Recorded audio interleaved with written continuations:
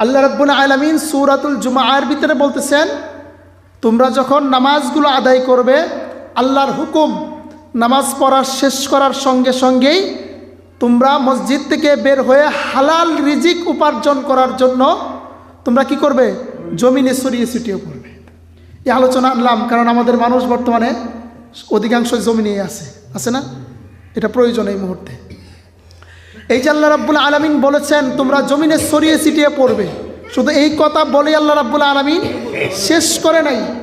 আল্লাহ রাব্বুল আলামিন পরের অংশে বলতেছেন তোমরা জমিনে হালাল রিজিক তালাশ করবে এই জন্যে যেন আল্লাহর অনুগ্রহ প্রাপ্ত হইতে পারো, আল্লাহর দয়াশীল বান্দা হইতে পারো। বলেন কি শীল বান্দা? দয়াশীল বান্দা হইতে পারো। অর্থাৎ আল্লাহর প্রতি যখন আপনার পূর্ণ আস্থা আসবে, আপনি যখন হালাল রিজিক উপার্জনের জন্য জমিনে ছড়িয়ে ছিটিয়ে পড়বেন, আল্লাহর আকাশ থেকে আপনার উপরে রহমতের বৃষ্টি বর্ষণ হইতে থাকবে। বলেন সুবহানাল্লাহ। শুধু তাই নয়, আল্লাহ রাব্বুল আলামিন বলেছেন তোমরা যখন হালাল রিজিক উপার্জনের জন্য জমিনে ছড়িয়ে ছিটিয়ে পড়বে, আল্লাহ রাব্বুল আলামিন তোমাদেরকে সফল কাম করে দেবে। বলেন সুবহানাল্লাহ।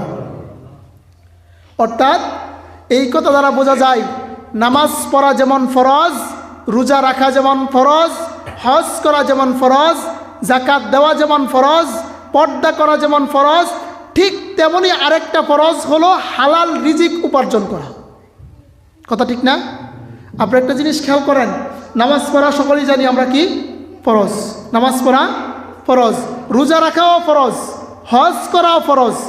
এই যে ফরজের প্রথম ধাপগুলো বললাম, এই প্রত্যেকটা ফরজ আপনার তখনই আদায় হবে যখন আপনার ভিতরে হালাল রিজিক থাকবে, আপনার হালাল উপার্জন থাকবে।